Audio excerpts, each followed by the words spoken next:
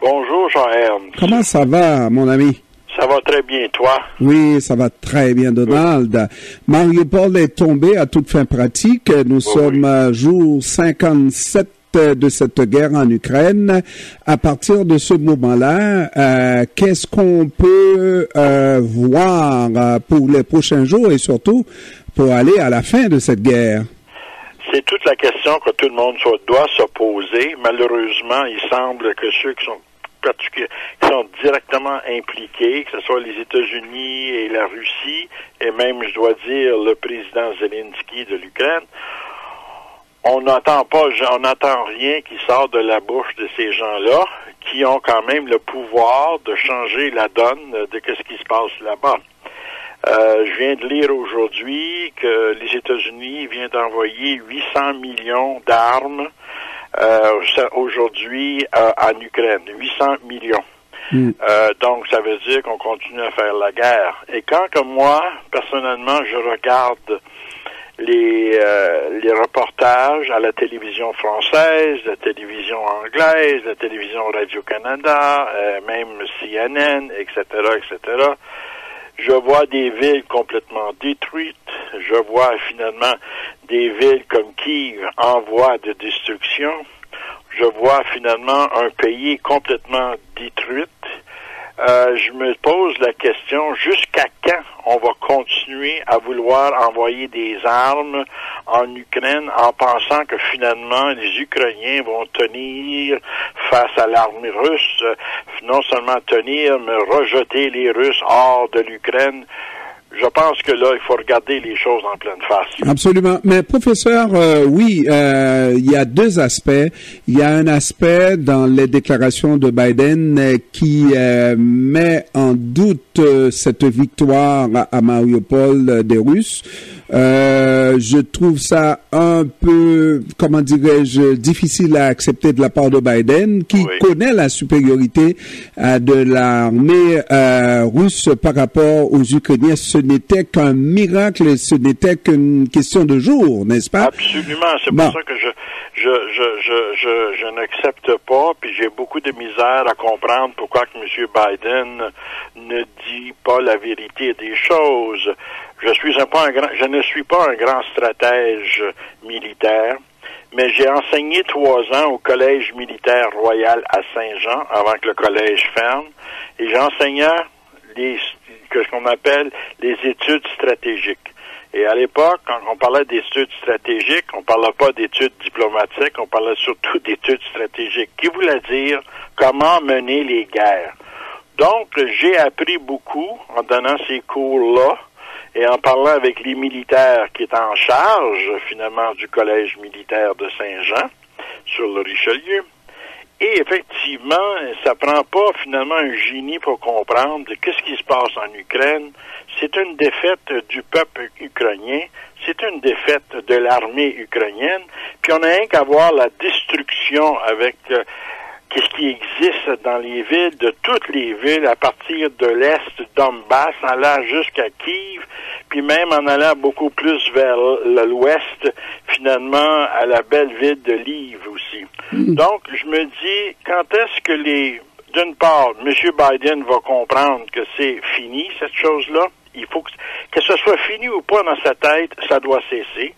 De deux, la même chose avec M. Zelensky qui applaudit que M. Biden lui a envoyé 800 millions d'armes encore. Il ne sait pas là que son pays est en train de se faire détruire de A à Z.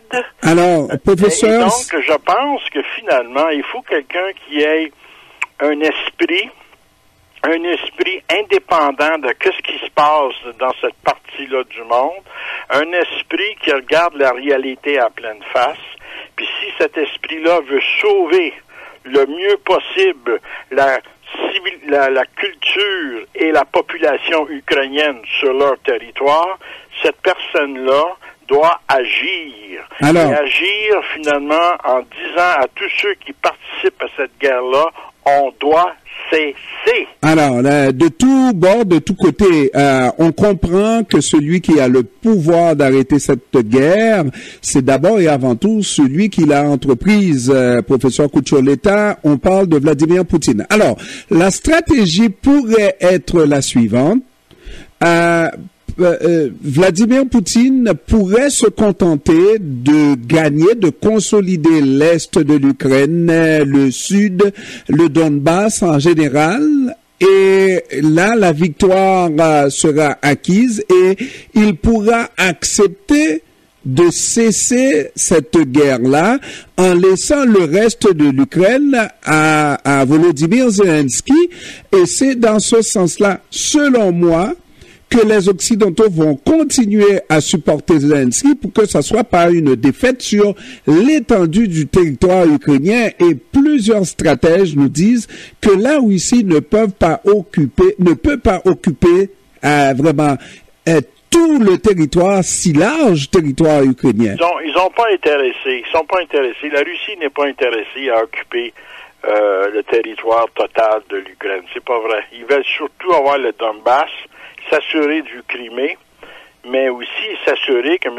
Zelensky, qui décide finalement lui-même de dire que c'est suffit, mon peuple est assez souffert, lui-même doit dire que ce que les Russes attendent depuis le début, même avant que la guerre commence, je n'irai pas dans l'OTAN. Je n'irai pas dans l'OTAN. C'est ça qu'il doit dire, M. Zelensky. Tant aussi longtemps qu'il n'a pas avancé ces paroles-là, que M. Biden le comprenne une fois pour toutes, là, ces paroles-là, à ce moment-là, là, on pourrait avoir une possibilité par rapport à une personne, que ce soit le secrétaire des Nations Unies, que ce soit des pays indépendants qui ont ni l'intérêt des Russes, ni l'intérêt des Américains, ni les intérêts des Ukrainiens, qui disent « Je suis prêt à négocier avec les partis en question sur une base, finalement, qui dit, finalement, la Russie prend le Donbass, s'assure le Crimée, puis M.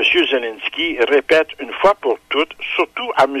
Biden, que nous n'irons pas comme membres dans l'OTAN. » Alors donc, ça veut dire, Donald... Si on arrive là, on peut commencer à envisager une possibilité de paix fragile, oui, fragile, mais en même temps, une possibilité de commencer à reconstruire ce pays-là. Donc, Donald, ça veut dire que c'est une guerre qui risque d'être une guerre longue, très longue, dans la mesure où les démarches ont été entreprises. Est-ce que c'est pour narguer Vladimir Poutine pour demander l'entrée de l'Ukraine dans l'Union européenne, et c'est la porte justement pour entrer dans l'OTAN, à l'Union européenne.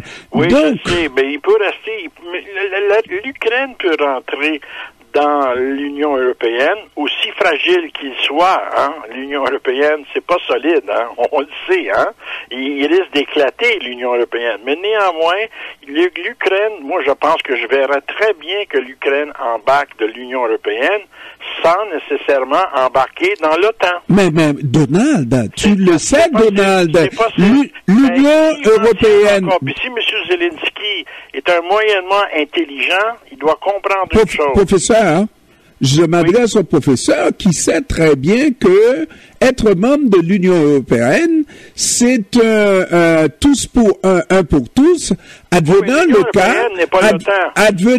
cas où on est attaqué, mais c'est... Non, l'Union européenne dit une chose, une question d'économie, point final à la ligne, que l'Ukraine qu'avait besoin même avant la guerre commence. Ça, donc, un membre de l'Union... c'est autre chose. Un membre de l'Union serait attaqué et les autres membres resteraient... Un membre de l'Union européenne serait attaqué et puis à 27 ou à 28, les autres resteraient... Non, ça c'est si l'OTAN est attaquée. Ça, c'est la distinction qu'il faut faire. Puis il y a des règles du jeu qui démontrent la définition, qu'est-ce que ça veut dire quand on attaque l'OTAN. C'est ça que ça veut dire. Mais Donald... Mais, effectivement, ça réglerait tout le problème si M. Zelensky est prêt à dire « Nous n'acceptons pas l'OTAN sur le sol ukrainien ». Et l'autre... En disant cela, ça arrête là complètement. Là. Mais pas sûr, parce que on a déjà entendu M. Zelensky laisser prévoir, laisser entendre qu'il pourrait effectivement à comprendre la nécessité de ne pas appartenir à l'OTAN, et pourtant la guerre a continué de plus belle. Mais Donald... Puis la semaine d'après, il contredit. Donald... Moi, autant que je fais de la critique pour la guerre à Vladimir Poutine et à M. Joe Biden, hein, c'est ces deux-là qui vont en guerre, c'est ces deux-là. Mais M. Zelensky, analysons véritablement son discours. C'est un discours complètement contradictoire. Qu'est-ce qu'il dit lundi matin? Mercredi après-midi, c'est autre chose qui est contradictoire. Même chose vendredi matin. Et, écoutez, lui-même n'est pas clair où est-ce qu'il s'en va. Je me demande qui il écoute. C'est ça la question que je me pose.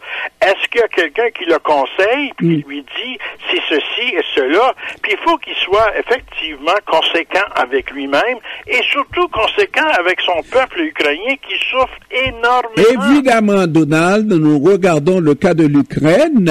Il faut regarder l'Ukraine, mais si on regarde pour l'avenir, la chose ne semble pas être pour le mieux pour Vladimir Poutine qui veut qui veut voir de moins en moins Donald. Donald contre 29 Américains. Donald. Donc la vice-présidente, Mme Harris. Non, mais... M. Poutine contre-attaque, non, mais Donald... M. Biden aurait voulu que M. Poutine, femme boutique, qui s'emmène à quelque part dans un petit Donald... Mais écoutez, là, il fait affaire à quelqu'un, là, qui a peur de personne. Mais Donald... Surtout pas M. Biden. Quand M. Biden, là, M. Poutine le sait autant que moi. Non, mais... M. Biden est à 32% d'approbation de la population américaine. Il est un président faible qui démontre que les États-Unis sont une puissance. Donald, regardons la guerre, regardons le futur, Donald. Regarde là, par rapport à l'OTAN, justement, les pays proches de la Russie, c'est aujourd'hui, c'est la Finlande, le Parlement finlandais qui étudie la possibilité de rentrer dans l'OTAN parce que le geste de Poutine effraie les gens proches de Poutine.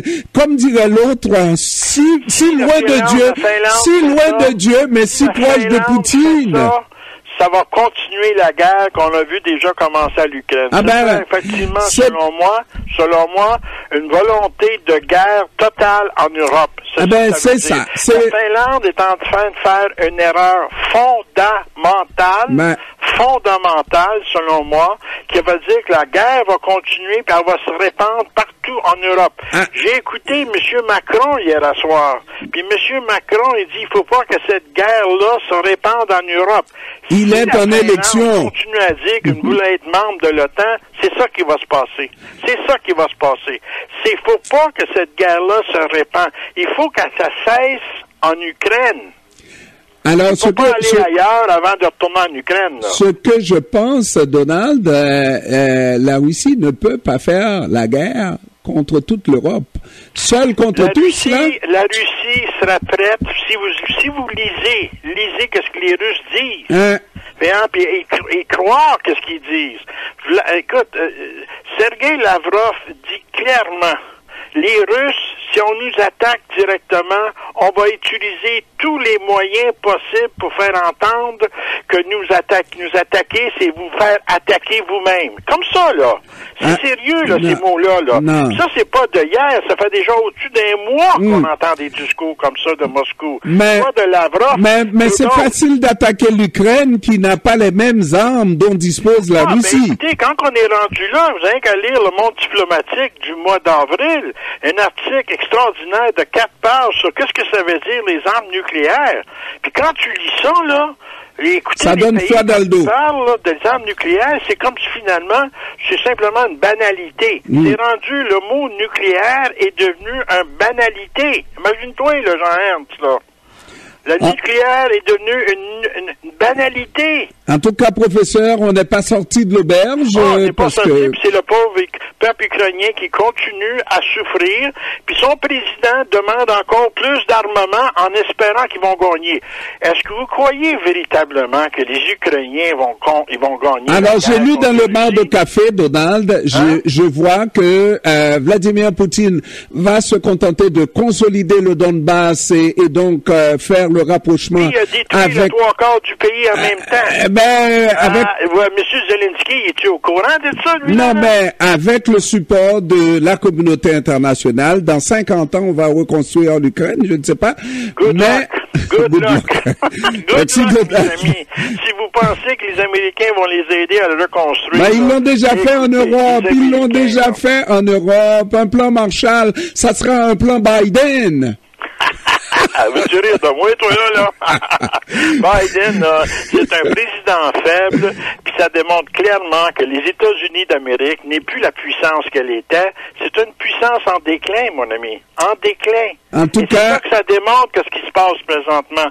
C'est ça que ça démontre. Je dis pas que ça aide M. Poutine, qui est effectivement un dictateur, mais M. Biden aussi comprend pas la situation internationale. Donald Couture est un professeur retraité et membre indépendant de la chaire de recherche Raoul. Durant un jour, il faudrait qu'on vienne en studio, Donald, avec des gants de boxe. Avec des gants de boxe, Donald. Non, pas des gants de boxe. Merci, Donald Couture. Merci, au revoir.